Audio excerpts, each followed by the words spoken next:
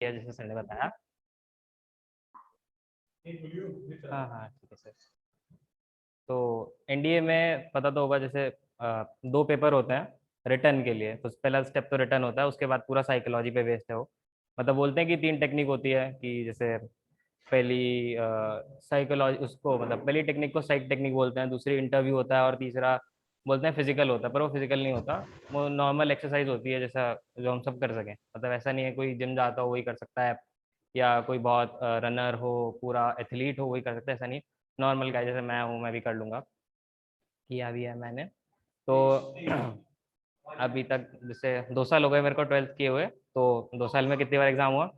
3 बार। वैसे 4 बार होता है, पर 2 बार एक बार ही हुआ था, 2 टाइम का एक ही बार।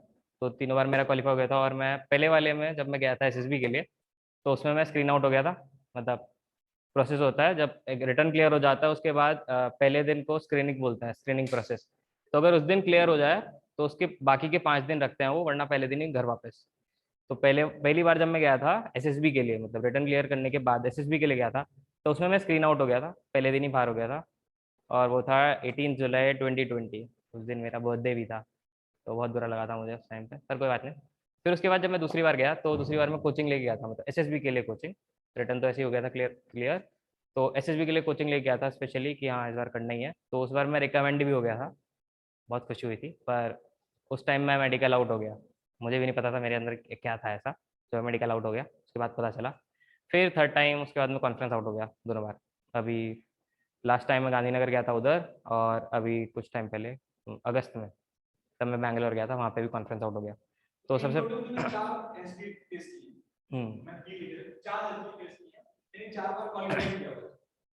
हाँ।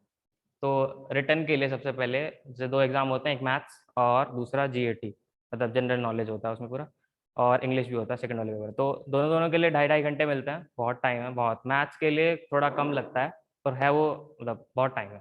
अगर जैसे एक क्वेश्चन भी अगर 1 मिनट में हो तब भी आधा घंटा बच सकता है, पर ऐसा होता नहीं है, कभी भी नहीं होता।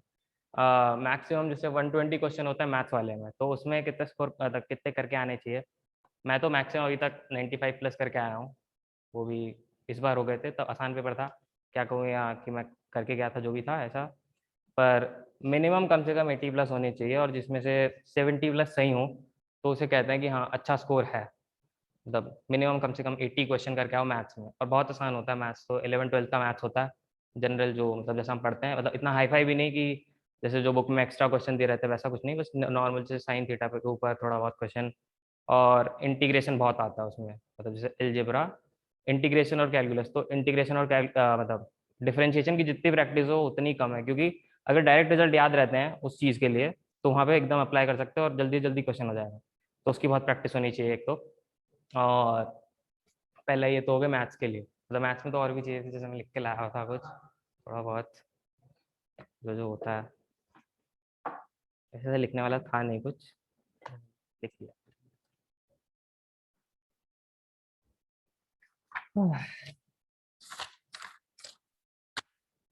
मतलब जो जो मेजरली आता है, जैसे एलजेब्रा में तो बहुत कुछ हो जाता है, जितना भी क्वाड्रेटिक इक्वेशन वगैरह वगैरह सब कुछ। और दूसरा मैट्रिक्स एंड डिटर्मिनेंट्स, वो भी उसके भी नॉर्मल क्वेश्चन आते हैं जो एकदम से कर ले आदमी, मतलब 30 सेकंड के अंदर भी हो जाए, ऐसे क्वेश्चन आते हैं नॉर्मली। ट्रिग्नोमेट्री हो गई, वो तो बहुत आसान होती है, पढ़ी होगी सबने 11 12 में ना, आसानी आती है, इतनी हार्ड तक नहीं आती। और ज्योमेट्री जो पूरी 12th है, 3D ज़्यादा आती है। जैसे परपेंडिकुलर डिस्टेंस हो गया, निकालना कैसे है, तो फॉर्मूला याद रहे तो ज़्यादा अच्छी बात है, जितने भी होते हैं।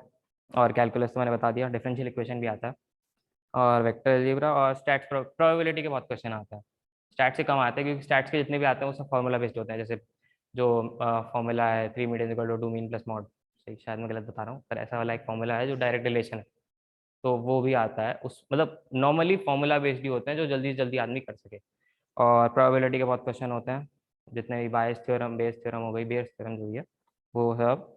और दूसरा पार्ट है जो दूसरा एग्जाम होता है, तो जैसे मैंने बताया, और इसमें नेगेटिव मार्किंग भी होती है। होती है, मतलब जैसे एक क्वेश्चन के लिए 2.5 मार्क्स मिलते हैं पॉजिटिव।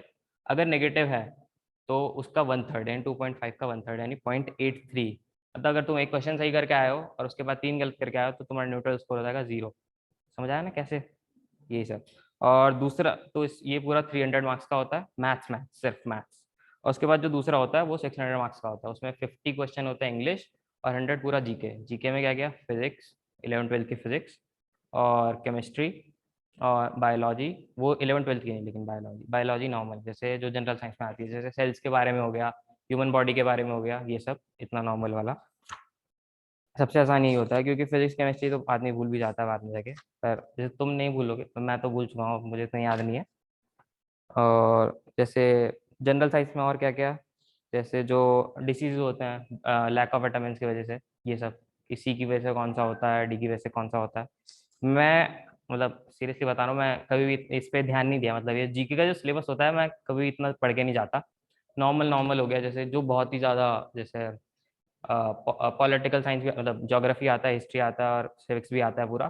तो सिविक्स के अंदर जो बहुत इंपॉर्टेंट होता है, जैसे कोई 5 years प्लान जो थे कभी चलाए थे पहले गवर्नमेंट ने, तो उसके ऊपर क्वेश्चन आ जाते हैं, बहुत इंपॉर्टेंट था, तो वो भी आ जाता है।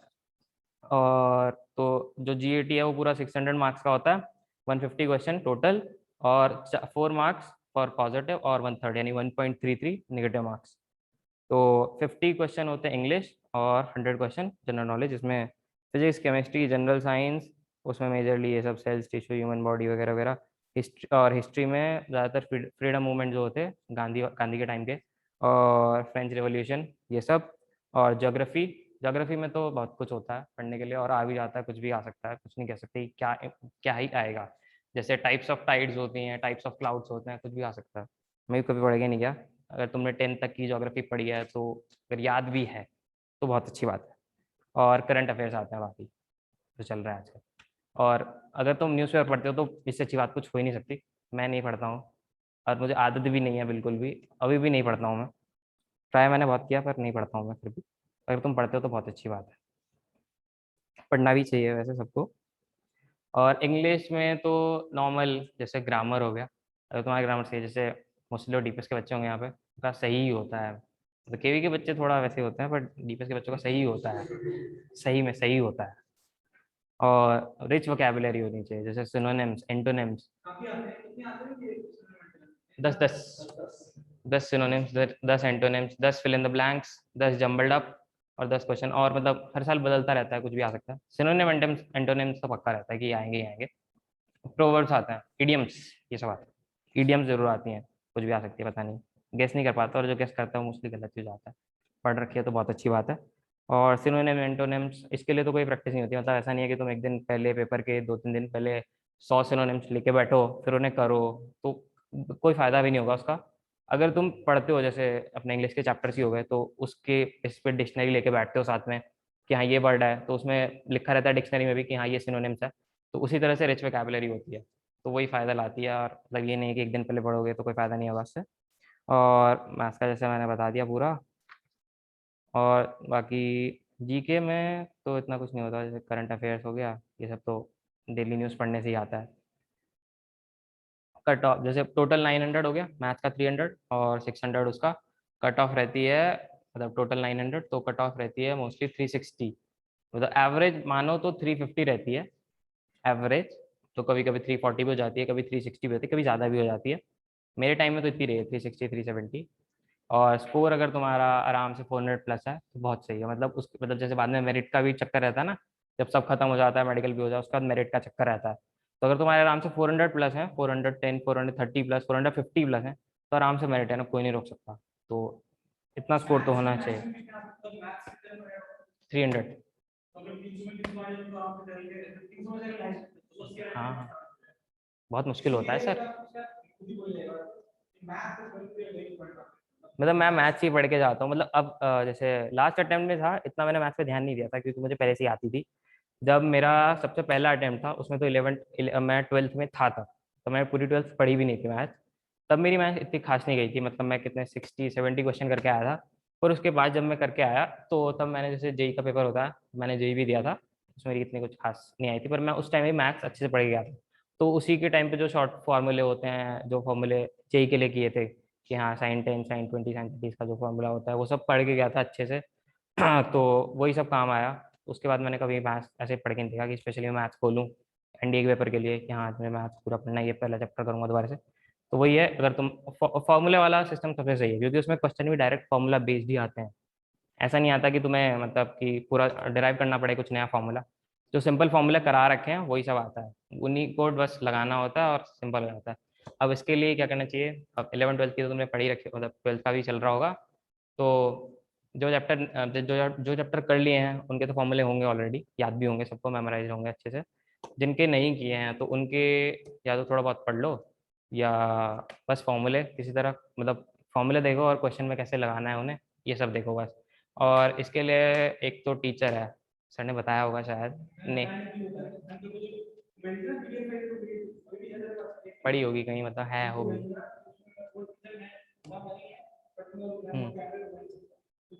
हाँ मतलब एक टीचर है नेहा अग्रवाल, पहले वो वेदांतु में थी पर अब उन्होंने अपना अलग चैनल बना लिया, मैथमेटिकली इंक्लाइंड करके। तो उसमें बहुत सारी उनकी वो है प्लेलिस्ट होती है ना, यूट्यूब पे चैनल है। तो उसमें वो बताती रहती है, मतलब इंपॉर्टेंट क्वेश्चन भी कुछ क्वेश्चन ही दिखाती हैं, इंपॉर्टेंट तो सारे ही होते हैं। वो कुछ क्वेश्चन छांट छांट के जो अलग से होते हैं, वो बाकी जो सिमिलर क्वेश्चन है वो करा देती हैं।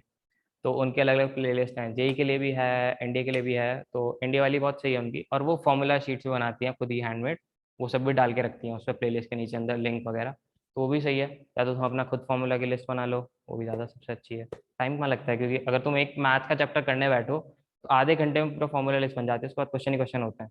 बहुत आसान होता है वैसे मैथ्स तो। बाकी जीके वगैरह तो मैं कुछ नहीं कर सकता, मैं खुद नहीं करके क्या करी। तो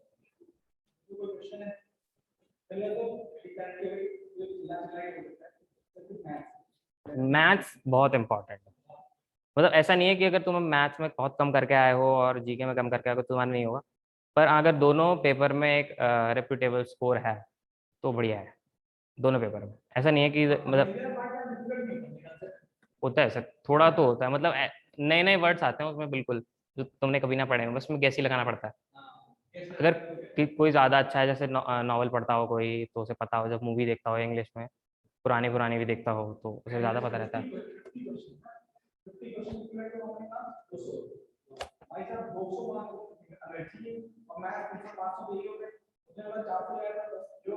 हाँ हाँ, इतना भी ज्यादा टफ नहीं आता है, तो एक ही दो आते हैं फिजिक्स के तो वैसे भी, क्योंकि मेजरली उसमें करंट अफेयर्स के भी अगर मुश्किल से 5 क्वेश्चन मिल जाएंगे।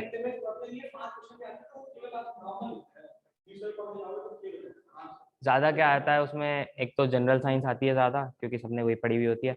बायोलॉजी में भी वही सब आता है, एपिडेमिक जो टिश्यूज वगैरह होता है ना, उसके ऊपर जरूर क्वेश्चन आता है, डिपोज टिश्यू, ये वाला टिश्यू भी है।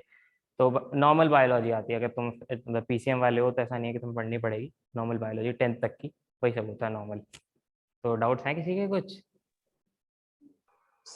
भैया एनडीए का एग्जाम क्लियर करने के लिए क्या क्वालिफिकेशंस होनी चाहिए, मींस एग्जाम एंटर करने के मतलब एलिजिबिलिटी, लिए? Yes sir. तो अभी तो 12th अपियरिंग होने चाहिए, और बॉयज़ के लिए है, अगर तुम आर्मी में जाना चाहते हो तो कॉमर्स भी हो तब भी चलेगा।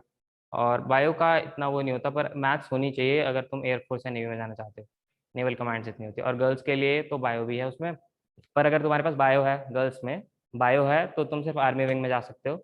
और अगर दोनों मतलब मैथ्स है और फिजिक्स है तो बाकी फोर्सेस के लिए, जैसे नेवल कमांड। लेकिन भैया अगर बायो भी है तब भी मैथ्स का पेपर तो देना ही पड़ेगा ना, तो तो, फिर वो तो कोई फायदा नहीं है। 11th 12th में तो हमने पढ़ी नहीं। तो फायदा तो 11 12 की पूरी मैथ्स थोड़ी आती है कुछ क्वेश्चन तो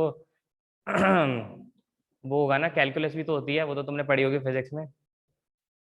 हाँ बहुत वो क्वेश्चन, पढ़ रखी है। बहुत क्वेश्चन होंगे, और कुछ तो नॉर्मली होंगे, जैसे साइन थीटा, ये सब तो पता होगा। Sine theta plus cos theta ऐसे करके जो formula 2 sine theta cos theta बन जाता है, वो सब पता होगा। तो ऐसे क्वेश्चन बहुत फंस जाएंगे, और जरूरी नहीं है कि सिर्फ मैथ्स पर डिपेंड करता है, पूरा जो जीके वगैरह है उसमें बहुत डिपेंड करता है तो अगर तुम्हें ये नहीं, इंडिविजुअल कट ऑफ बोलते थे पर ऐसा होता नहीं है।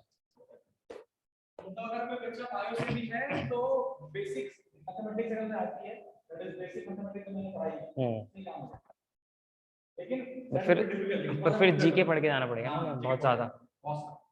जीके का मतलब जो सिलेबस है बहुत ज्यादा वास्ट है, बहुत ज्यादा। फिजिक्स भी अभी भी आता है, जो विटामिन सी कमी से जो प्रॉब्लम है, काफी क्वेश्चन आता है उसका, 2 3 क्वेश्चन आ जाते हैं। एंड वो एक चार्ट बन जाता है, मिल जाएगा गूगल वगैरह पे, इस विटामिन की कमी से ये प्रॉब्लम हुई है, वो पता चल जाए, क्वेश्चन पेपर आउट है, तीन चार क्वेश्चन वही आते हैं उसी में से, मतलब इस प्रॉब्लम जो होती है उसी में से आती है। आरडी शर्मा थी पर कभी पढ़ी नहीं ध्यान से मुझे। हाँ मतलब इस पेपर के लिए तो इंक्लाइंड वाला वो पढ़ा था, बाकी जैसे प्रीवियस ईयर पेपर भी कभी नहीं किए, ऐसा भी कुछ नहीं था। कोशिश मतलब की थी कि मैं ला के रखूँ पेपर करूँगा, पर कभी ऐसा किया नहीं, बस घर पे। भैया अगर जनरल साइंस अच्छी है, अगर वो अच्छे से हो जाता है, मैथ मेरी मैं बायो स्टूडेंट हूँ, तो अगर मेरी 11th 12th में मैथ्स नहीं है और 9th 10th की मैथ ठीक ठाक है तो हो जाएगा। हाँ हाँ हो जाएगा। बायोलॉजी का भी तो कुछ तो ऐसा आएगा ना जो मैथ्स वालों को नहीं आता होगा, तो वो भी तुम्हारे लिए एडवांटेज होगा। फिजिक्स आएगी, केमिस्ट्री आएगी, वो सब आता होगा।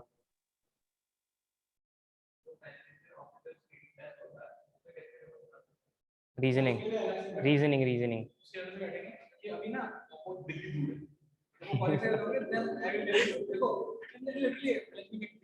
रीजनिंग भी आती है।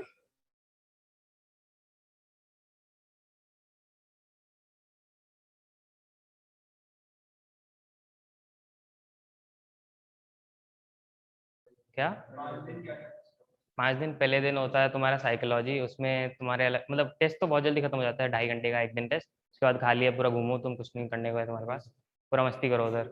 बहुत मजा आता है एसएसबी में जब जाते हो 5 दिन। प्रॉब्लम आ सकती है ना, चांसेस है हम्म, physical। हाँ मतलब ऐसे ही ट्रीट करते हैं वहाँ पे कि हाँ तुम ऑफिसर ही बनने आए हो। तो पहले दिन क्या होता है, मतलब पहले दिन स्क्रीनिंग में तो सबसे पहले OIR टेस्ट होता है, ऑफिसर्स इंटेलिजेंस रेटिंग बोलते हैं उसे। तो उसमें बेसिक रीजनिंग होती है, जैसे जो रीजनिंग करी होगी आज तक कि if ABC is equal to कुछ नंबर दे दिया, ऐसे वाले क्वेश्चन होते हैं, नॉर्मल होता है, आसान होता है। फिर उसके बाद होता है PPTT। ये थोड़ा टफ कहते हैं, पर अगर तुम्हें प्रैक्टिस है बोलने की किसी के सामने, जैसे अभी मैं बोल रहा हूँ ना ग्रुप में, पर वहाँ पे ग्रुप थोड़ा अगर एग्रेसिव है, जैसे ग्रुप होता है ना, अभी अगर हम 6 बंदे कुछ डिस्कस कर रहे हैं, तो डिस्कशन अलग चीज़ हो गया, अब मैं जैसे स्पीकर आके बोल रहा हूँ ये अलग चीज़ है। तो वहाँ पे तुम्हें पहले ऐसा भी बोलना पड़ेगा सबके सामने अकेले, और उसके बाद डिस्कस भी करना पड़ेगा। PPTT में होता है, एक ब्लर पिक्चर दिखा देंगे ऐसे, जैसे बोर्ड में ब्लर पिक्चर दिखा दी, उसके ऊपर एक स्टोरी लिखो। स्टोरी कुछ भी हो सकती है, जैसे कोई चोर है, कुछ भी, तो ये नॉर्मल कोई इंसिडेंट है कि हाँ मैं बाजार जा रहा हूँ, ऐसा वैसा हो गया मेरे साथ, ये वो, फिर मैंने ऐसे डील किया और ये आउटकम आया उसका, मतलब कुछ पॉजिटिव आउटकम ही दिखाना होता है मोस्टली, कुछ न्यूट्रल आउटपुट है वो भी ठीक है, तो वो स्टोरी लिखनी होती है। फिर उसके बाद वो अलग ग्रुप में बांट देते हैं, जैसे अगर 120 बच्चे आए हैं तो 10-10 के बांट देंगे या 20-20 के ग्रुप बांट देंगे। फिर उसके बाद हमें डिस्कस, मतलब पहले एक एक का नरेशन होगा लाइन वाइज स्टोरी का, कि पहले 1 सुनाएगा, जैसे नंबर 1 2 3 ऐसे करके सबका नरेशन सुनो, पहले सुनना ही पड़ता है उसमें, क्योंकि डिस्कस करने जा रहे हैं तो किसी का पॉइंट अगर अच्छा है तो भी हमें बताना है, तो क्योंकि जितने असेसर बैठे होंगे सामने वो नोटिस करेंगे कि बंदा सुन भी रहा है और दूसरों के पॉइंट को मतलब उसकी तरफदारी भी कर रहा है, उसको मतलब अगर उसका पॉइंट अच्छा है तो उसके लिए बोल भी रहा है, अगर खुद का बेकार है तो उसकी, जैसे उसकी स्टोरी अच्छी है तो उसको एक्सेप्ट भी कर रहा है कि हाँ ये इसकी स्टोरी अच्छी है, तो उसके लिए बोल रहा है। तो ऐसे करके पहले फिर एक एक कर सबका नरेशन होगा, फिर उसके बाद डिस्कशन स्टार्ट हो जाएगा, कम से कम 10 मिनट 15 मिनट बोलते हैं वो डिस्कशन। फिर उसके बाद एक कंक्लूडिव स्टोरी पे आना होता है, मतलब सबने अलग अलग स्टोरी बोलेंगे, जितने बच्चे 6 बच्चे हैं, कोई कोई पिक्चर दिखाऊंगा तो 6 की स्टोरी मोस्टली अलग ही होती है। किसी ने चोर के ऊपर लिखी, किसी ने कुछ कोई और इंसिडेंट लिखा, किसी का एक 4 मिनट। मतलब टोटल टाइम होता है 5.5 मिनट, उसमें से सिर्फ मतलब अलग अलग चीज़ होती है, जो PPTT में 5.5 मिनट मिलते हैं, तो उसमें से 30 सेकंड दिखाते हैं वो। तो इसके बाद 1 मिनट ऊपर कैरेक्टर लिखने का, कि कैरेक्टर कितने हैं, उनका मूड क्या है, एज क्या है, उनका सेक्स क्या है, क्या कर रहे हैं। और उसके बाद थीम ऑफ द स्टोरी की क्या थीम है, कि अगर कोई पुलिस चोर को पकड़ रही है तो दैट पुलिस मतलब चोर को पकड़ रही है, ऐसा करके लिखेंगे। तो उसके बाद स्टोरी लिखनी होती है 4 मिनट में, और वो स्टोरी भी 4 मिनट में पूरी करो या ना करो मैटर नहीं करता, पर तुम्हारा नरेशन बहुत अच्छा होना चाहिए वहाँ पे, स्टोरी भी अच्छी होनी चाहिए। अगर स्टोरी भी अच्छी नहीं है तब भी अगर तुम्हारा नरेशन बहुत कॉन्फिडेंट हो तो तब भी वो एक्सेप्ट कर लेंगे तुम्हें। नहीं सिर्फ इंग्लिश, मतलब बोलते हैं वो कि मतलब यहाँ पे जो मीडियम लैंग्वेज है वो इंग्लिश है, अगर तुम कहीं अटकते हो तो हिंदी में बोल सकते हो, पर एज सून मतलब उसके बाद एकदम से आ जाओ इंग्लिश में आ जाओ। तो ये सब होता है वो नहीं, नेगेटिव मार्किंग तो नहीं होती पर फिर भी वो पर इंग्लिश में ही बोलना चाहिए। क्योंकि सब वो भी इंग्लिश में बात कर रहे हैं, हम भी इंग्लिश में बात कर रहे हैं, फिर अलग लगता है। और क्या रिटर्न के बाद? रिटर्न के बाद सबसे पहले स्क्रीनिंग होता है, वो कम से कम 1 महीने बाद होता है, जब SSB के लिए बुलाते हैं कहीं कहीं, जैसे मैसूर हो गया, देहरादून हो गया, बहुत जगह होती हैं, तो वहाँ बुलाते हैं तो पहले दिन स्क्रीनिंग होता है। तो उसके बाद जैसे अभी जब मैं गया था, बैंगलोर गया था, तो वहाँ पे 80 बच्चे आए थे, नेवी का था वो मेरा। तो 80 बच्चे आए थे, उसमें से उन्होंने सिर्फ 30 बच्चे अंदर लिए पहले दिन। उसके बाद जितने रिकमेंड हुए वो थे 8-7 बच्चे 30 में से। तो उसके बाद पहले दिन होता है, उसको बोलते हैं साइक टेक्नोलॉजी ओ साइक टेक्निक। तो उसमें क्या होता है, कितने टेस्ट होते हैं, 1 तो 4 टेस्ट होते हैं। पहला होता है थीमेटिक एप्रिसिएशन टेस्ट। उसमें 12 स्टोरी आती हैं एक के बाद एक, मतलब पहले 30 सेकंड के लिए एक स्टोरी दिखाएंगे, फिर उसके लिए स्टोरी लिखनी होती है, वो 30 सेकंड के लिए पिक्चर दिखाएंगे, फिर 4 मिनट स्टोरी लिखो, फिर 30 सेकंड दूसरी पिक्चर, फिर 4 मिनट स्टोरी लिखो, ऐसे 12 आती हैं टोटल। और लास्ट वाली ब्लैंक होती है कि उस पर कुछ भी अपना कोई भी स्टोरी, या तो इन सबको कंक्लूड करके जो भी 11 पिक्चर्स देखी कुछ भी लिखो, पर एक अच्छी स्टोरी लिखनी होती है उसमें। ये पूरा हुआ। फिर ये पूरा हुआ, इसके बाद दूसरा होता है, वो होता है वर्ड एसोसिएशन टेस्ट। 60 वर्ड्स एक के बाद एक 15 सेकंड के लिए दिखाते हैं, एक वर्ड 15 सेकंड के लिए एक वर्ड आएगा, उतने में ही लिखना होता है उसके ऊपर एक सेंटेंस। मतलब कोई भी वर्ड आ गया, जैसे ब्रेव आ गया तो उसके ऊपर ब्रेवरी करके या कुछ भी। नहीं नहीं, नॉर्मल वर्ड, बहुत नॉर्मल।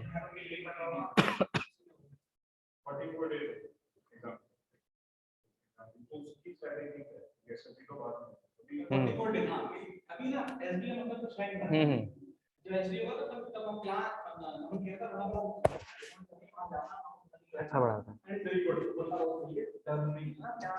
Mentors mentors defence.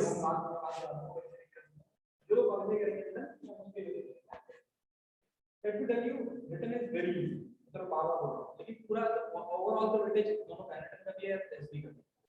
तो अगर तो एसबी थोड़ा कम अंक भी रहता है ना, लेकिन आप रिटर्न फोड़ भी आते हो, उसमें से 700 आ जाते हैं। बहुत सही है, मतलब तुम्हारा ये मैटर बढ़ जाता है। रैंक 1 भी आ सकती है अगर तुम्हारे, मतलब ऑल इंडिया रैंक 1 भी आ सकती है अगर एसबी में ही कम है तो। समझ रहे ना? ऑल इंडिया रैंक 1 आ सकती है 700 आ जाए, और it's not difficult. Tell you paper is not difficult.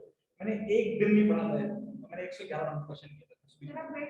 मैंने क्वालीफाई कर, मेरी नाक की सेम चीज है हमारा। मेरे नाक की हड्डी नहीं है, मेरी दूसरी हड्डी है। एक लॉक करना है, मुझे पता ही नहीं था। टाइप ऑफ मेडिकल, तो ऐसा नहीं है कि हमें आई नो हिम, इसमें तो बोला जाए एग्री का कुछ नहीं, जरूरत नहीं जब तक मेडिकल क्वालीफाई ना हो। Because let me tell you, बहुत सारे लोग का मेडिकल क्वालीफाई नहीं होता, बहुत सारे, मतलब। और एयरफोर्स में तो ज्यादा ही। और एयरफोर्स के लिए मतलब एयरफोर्स में जाएंगे तो नहीं जाएंगे, ऐसा होता है। सुराज तेरा भी था।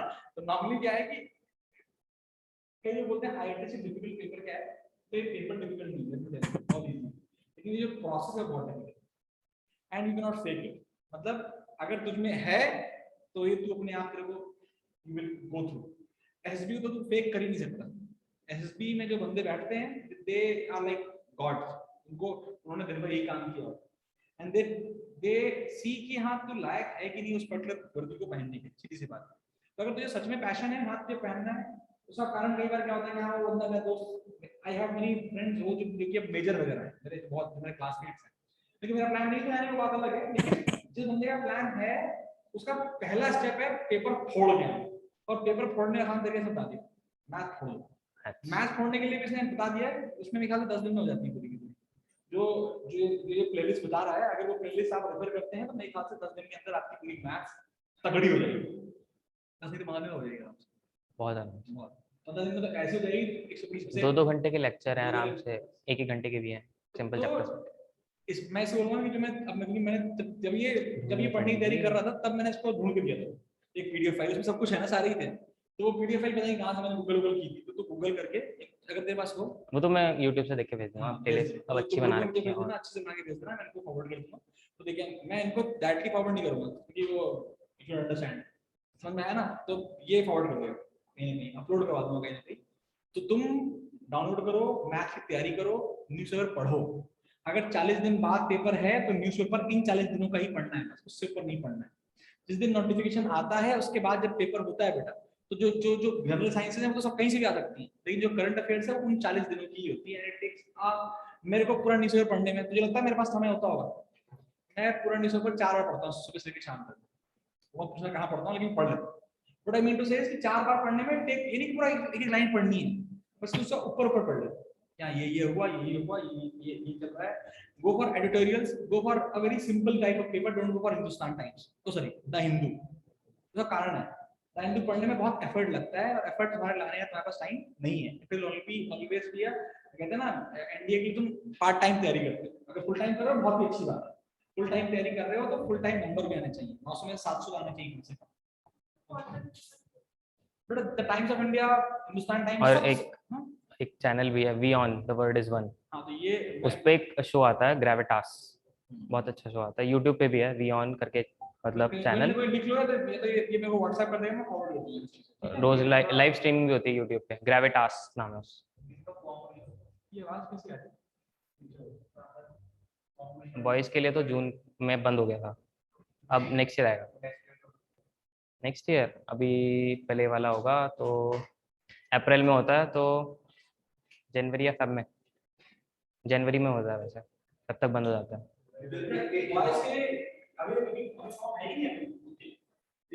अभी सिर्फ गर्ल्स के लिए निकाला हुआ है।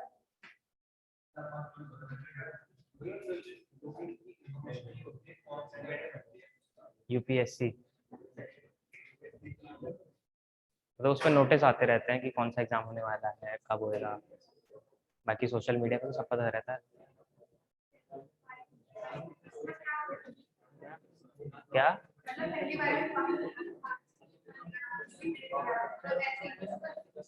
किस्मत नहीं, पर फिर भी मैथ्स तो आती है ना मेरे को,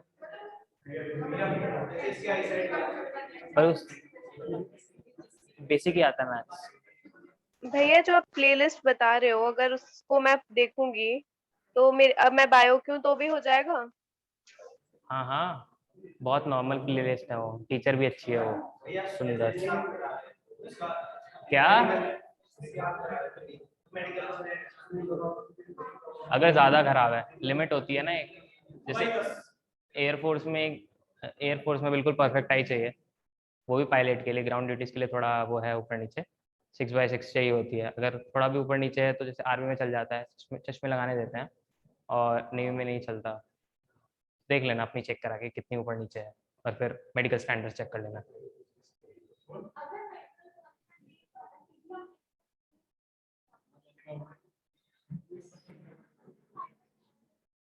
भैया मतलब अभी आपने बताया कि OIR टेस्ट होता है एक, और अभी आपने एक पिक्चर टाइप टेस्ट बताया, उसके बाद क्या होता है?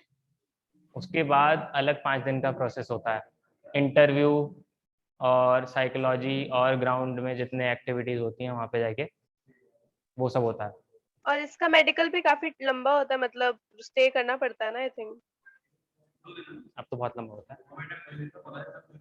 7 डेज का तो एटलीस्ट होता ही होगा। अब जैसे कोविड चल रहा है, तो जब मैं गया था मेडिकल के लिए तो मुझे पहले वो कराया था उन्होंने, क्या कहते हैं, हाँ क्वारंटीन कराया था, बहुत 4-5 दिन होता है अब तो हर जगह। आर्मी वालों का कम होता है, तो जल्दी जल्दी करके भगा देते हैं।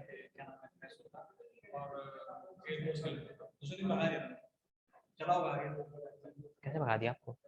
लास्ट दिन बताते हैं रिजल्ट। हाँ, अब तो 4-5 दिन चलाते हैं आराम से, कॉन्फ्रेंस बैठती है स्पेशल मेडिकल की भी। मेरिट भी डिसाइड करता है, पहले तो तुम्हारी प्रेफरेंस डिसाइड करती है, जब फॉर्म भरते हैं ना तो उसमें प्रेफरेंस डालते हैं कि तुम्हें नेवी में जाना है, किसमें जाना है, 1 2 3 4 करके। अगर जैसे एयरफोर्स में जाना है तो उस बेसिस पे सेंटर्स आएंगे, एयरफोर्स के 4 जगह हैं, नेवी में जाना है तो 3 उसके 3 जगह हैं, आर्मी के बहुत जगह हैं, ऐसे ही आते हैं, तो वही चेक कर लेंगे। मेडिकल मुश्किल है, पायलट का वो भी सिर्फ, बाकी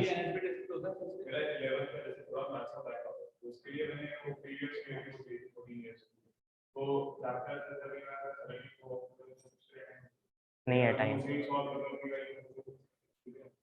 वो भी सही है, क्वेश्चन करते रहना चाहिए रोज, और फॉर्मूला याद रखना बस सारे, बहुत आसान रहता है फॉर्मूला याद है तो।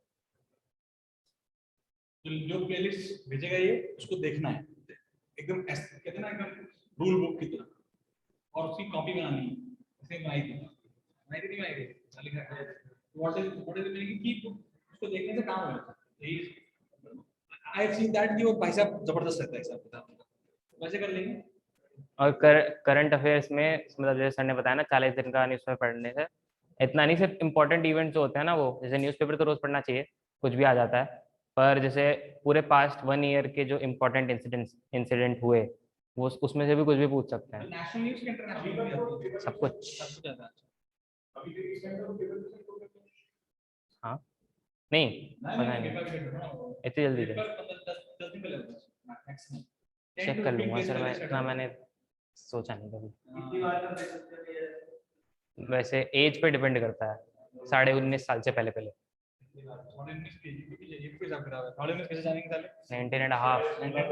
आता है, ग्रेजुएशन करना पड़ती है। नहीं नहीं SSB के लिए होता है वो, अच्छा एंट्रेंस के लिए। हाँ मतलब नहीं नहीं वो SSB के लिए होती है, वो होती है ना एज। लास्ट ईयर अटेम्प्ट है मेरा अभी, 4 बार। एक बार जब मैं पहली बार जब गया था तब मैं 12th अपीयरिंग में था, तब मेरी एज कितनी होगी 17 इतनी होगी लगभग। और उसके बाद जब मैं फिर 17.5 और अभी 18 हुआ हूँ मैं मार्च में, ऑफिशियल डेट के हिसाब से, वैसे नहीं ऑफिशियल डेट के हिसाब से। तो अभी जो मेरा दूसरा जो लास्ट अटेम्प्ट है अभी मेरा नवंबर में है रिटर्न का, तो उसके बेसिस पे SSB आएगी आराम से जनवरी तक, और फिर उसके बाद मैं 19 का हो जाऊंगा मार्च में। और मैक्सिमम डेट अब 19 कर दी है मेरे हिसाब से, मैंने सुना है कहीं पे 19 कर दी है। तो इसलिए मैं SSB की जो डेट होती है उस हिसाब से डेट ऑफ बर्थ में चेक करते हैं, तो अगर वो मैक्सिमम है तो उससे ज़्यादा नहीं दे सकते।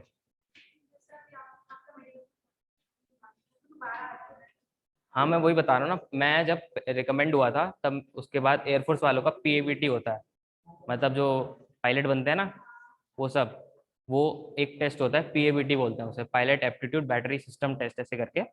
तो उसमें भी पूरा रीजनिंग वगैरह मैथ्स वगैरह सब आती है, और उस पर बैठाते हैं जो 3D बना के रखते हैं ना, कॉकपिट जिसे बोलते हैं जो प्लेन्स में होती है, उस पर बैठाते हैं, टेस्ट होता है PABT। तो उस मेरा वो भी हो गया था क्लियर। उसके बाद मेरा मेडिकल हुआ था, वो पायलट के स्टैंडर्ड्स के उस पर हुआ था, मेडिकल स्टैंडर्ड्स। तो उसमें सब चेक करते हैं पूरा, मतलब अंदर से जो स्पाइन का एक्सरे भी होता है ना वो भी चेक करते हैं। और बाकी किसी में नहीं होता, ना नेवी में होता, ना जो एयरफोर्स की ग्राउंड ड्यूटीज होती है उनमें भी नहीं होता, ना आर्मी में होता। तो अब मैं जब गया था तब मैं गया था एयरफोर्स में पायलट के लिए, तो तब मैं मेडिकल में आउट हुआ था। अब मैं जा रहा हूँ नेवी के लिए, तो उसमें स्पाइन का नहीं होता, तो थोड़ी चांसेस हैं, इसलिए जा रहा हूँ बस। अगर पकड़ा जाता हूँ तो बाहर हो जाऊंगा, तो मुझे पता है। Very good, thank you so much. और कुछ थोड़ा तालियां बजानी चाहिए। तो लास्ट वर्ड यही कि भैया पढ़ लो ठीक ठाक, और जितने नंबर अच्छे होंगे रिटर्न में उतना तुम्हारे लिए SSB कम दुखदाई होगा, जाने। ओके तो बहुत दुखी होता है, हाँ। लास्ट वाला दिन होता है बहुत दुखदाई बस। Bye bye, cheer sir bye bye. हाँ बेटा, मेरी मैथ संभाल लो, क्या कर दूं? मैथ संभाल दो मेरी। क्या बोल है रही ही नहीं। मैथ मैथ सुधार दूं? हाँ कुछ तो कर दो। क्या चिंता करूं? मत कर, मैं तुझे ना सबको मैथ्स के लिए ना प्लेलिस्ट भेजेंगे, वो पढ़नी है, ठीक है? हो जाएगा, चिंता मत कर दो। क्लास व्हाट्सएप कर दो। कुछ बच्चे बाहर खड़े हैं मेरे, नहीं है टाइम।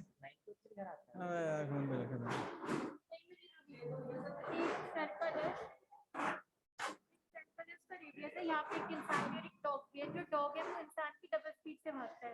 तो ऐसा मतलब कौन सा पाथ इंसान दे कि वो डॉग से पहले सर्कल के बाहर है? क्या बोल रही? ये पहली खेलूं मैं तेरे साथ? पहली नहीं, क्या? क्वेश्चन बनानी है। क्या?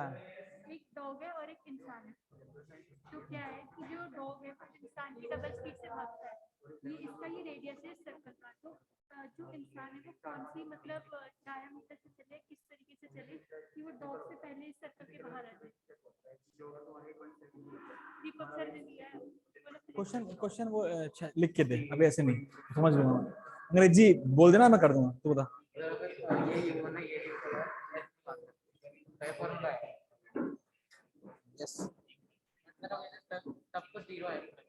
हाँ मैं समझा नहीं, क्या 0 है? बी क्या है? बी तेरा क्या है? हाँ बेस 0 है। फिर बेस तो म्यू एम जी एक्स होता है formula, work done by friction force हमेशा एक ही आएगी, mu m g horizontal distance, यही आएगी। वही तू ये निकाला है ना, म्यू एम जी तूने काट दिया दोनों से, एक्स। तो बी अगर जीरो है, बी अगर जीरो यानी कि वर्टिकल हो गया ना बेटा, ऐसे हो गया, बी जीरो का मतलब ये वर्टिकल हो गया, बोलो। तो बी जीरो हो गया, ठीक है, वर्टिकल तो मीवन तो खत्म ही होगा, क्योंकि वर्टिकल होगा तो फ्रिक्शन का कोई मतलब है ही नहीं, ये सीधे गिर जाएगी। ये रख ले। तो ये क्या एच, जो जब वो सीधे गिरेगा तो दैट मीन्स वो सीधे आने की वजह से यहीं पे गिर जाएगा, बट आगे जाएगा ही नहीं, एस की वैल्यू जीरो आएगी। क्यों? क्योंकि जब ये सीधे गिरेगा तो कोई वेलोसिटी डायरेक्शन में होगी नहीं, तो इधर कैसे मूव करेगा? अगर सीधे गिरेगा तो इधर ही गिर जाएगा ना, आगे मूव ही नहीं करेगा। Bye bye. हाँ हाँ, भाभी को बता, भाभी को व्हाट्सएप कर दे बस, और कोई दिक्कत नहीं।